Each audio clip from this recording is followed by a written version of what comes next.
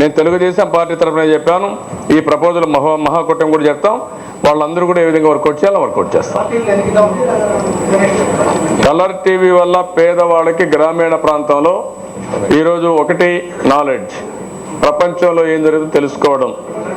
సాయంత్రం పూట ఇంటికాడ కూర్చున్నప్పుడు కనీసం టీవీ దగ్గర కూర్చుంటే రోజంతా కష్టపడి వచ్చి కాస్త ఎంటర్టైన్మెంట్ ఉండే అవకాశం, ఒక సినిమానో ఏదైనా చూసుకోవడానికి. ఇంటికి ఒకటే ఎన్ని సెట్లు అంటే నాకు అర్థం కాల. ఎన్ని అవసరమైతే అన్ని ఇస్తాం, ఎన్ని కుటుంబాలంటే వస్తాయి. ఈ రోజులు టీవీలు కూడా బాగా కాస్ట్ కూడా తగ్గింది, బాగానే ఉంది. స్టాండర్డ్ గా ఉండేటి మంచి టీవీలు మాస్ ప్రొడక్షన్ ఇస్తే అవుతుంది. తమిళనాడులో కూడా ఇచ్చారు, అది పెద్ద కష్టం కాదు. సహాయం చేయడానికి అన్ని నువ్వంతా కూడా ఇంట్లో ఏసీ పెట్టుకోవాలి, టీవీ పెట్టుకోవాలి, కారు పెట్టుకోవాలి, ఫ్రిడ్జ్ పెట్టుకోవాలి. పేదవాడికి మాత్రం ఏమి ఉండకూడదు. ఇది ఎక్కడ న్యాయం? అందుకనే పేదవాడిని ఆదుకోవడానికి ఇవన్నీ.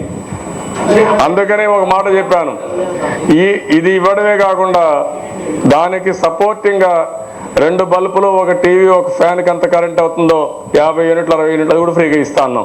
మళ్ళీ నాకు టీవీ ఇచ్చా కరెంట్ కథ అనేది మళ్ళీ మీరు రేజ్ చేయొచ్చు, అది కూడా ఫ్రీగా ఉంటుంది. మా ఎలక్షన్ నేను అధికారం లేనయా, అధికారం లేనివాడు ఉండేవాళ్ళు చెప్పకూడదు, నేను చెప్పొచ్చు. నేను ఎలక్షన్ మేనిఫెస్టో ఇప్పుడే ఇచ్చేది. అధికారం ఎందుకు ఇవ్వాలనో, ఎందుకు ఇమ్మని అడగాలనో, this is the election manifesto. Fundamental తెలియకుండా ఎట్లా?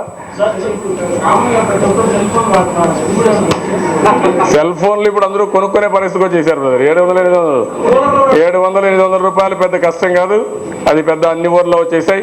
ఇప్పుడు మన రాష్ట్రం 2,50,00,000 ఉన్నాయి కుటుంబాలు. 2 కోట్లు అయితే 2,50,00,000 సెల్ ఫోన్లు ఉన్నాయి. తీసుకుంటారు.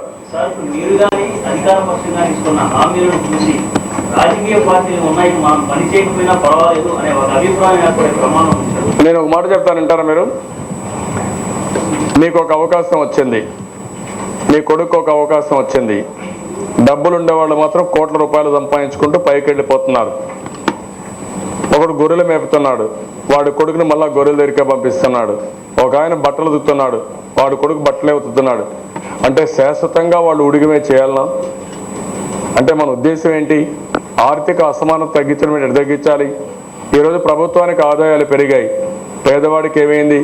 ఇది ఉచితం కాదు, ఇదంతా కూడా పేదవాళ్ళ దగ్గర వచ్చే ఆదాయాన్ని తిరిగి పేదవాడికి అప్పచెప్పే కార్యక్రమం తప్ప ఇంకోట్లేదు. ఈరోజు ఎవరిస్తున్నారు ట్యాక్సులు కట్టేది? సేల్స్ ట్యాక్స్ మిడిల్ క్లాస్ కడుతున్నారు, పేదవాళ్ళు కడుతున్నారు.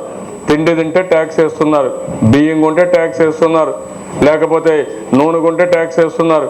అన్నీ కూడా హోటల్లో టిఫిన్ చేసి ట్యాక్స్ వేస్తున్నారు. ట్యాక్స్ ఎక్కితే పెట్రోల్కి ట్యాక్స్ వేస్తారు. ఎంత? 60%, 70%. ఇవన్నీ ఎవడు పే చేస్తున్నాడు? పేదవాడే పే చేస్తున్నాడు. రెండోది, సమాజం అనేది కోటీశ్వర్లు చేసి పేపర్ మీద సంపద చూపించడానికి కాదు. ఎవరికైతే సంపద అవసరమో, కనీస అవసరాలు అవసరమో, ఆ కనీస అవసరాలు ప్రొవైడ్ చేయకపోతే వాళ్ళ పేరుతో మనం ఓట్లు వేయించుకొని మనం పెత్తనం చేయడం కరెక్ట్ కాదు. పని చేయడం అంటే శారీరక కష్టం చేయడమే కాదు.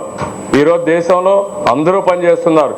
మీరు మానసికంగా మైండ్తో పనిచేస్తున్నాడు. పేదవాడైతే ఫిజికల్గా తెల్లవారితో పోతే సాయంత్రం వరకు మూటలు మోస్తూనే ఉన్నాడు. అలాంటివన్నిటికి కూడా కొంత దోహదం ఇవ్వాలి. అంత కష్టపడి ఇంటికి పోతే కడుపు నిండా తిండి లేదు. దానికోసం నేనేమన్నానంటే, ఇక్కడేదో ఆయన పని చేయకుండా చేయడానికి కాదు, నేను చేసేదంతా బెటర్ మానవ వనరుల అభివృద్ధి కోసం. మానవ వనరుల అభివృద్ధి చేసి బాగా చదువుకొని అదే మాదిరిగా తెలివితేటలు పెంచుకుని ఆయన కూడా కష్టపడి పనిచేస్తూ మనం ఇచ్చే డబ్బులతో ఆనందంగా ఉండాలి, సుఖంగా ఉండాలి, బెటర్ లివింగ్ స్టాండర్డ్స్ ఉండాలి. అప్పుడే సమాజం ముందుకు పోతుంది. ఆ స్ఫూర్తి ఇది చేస్తున్నాం.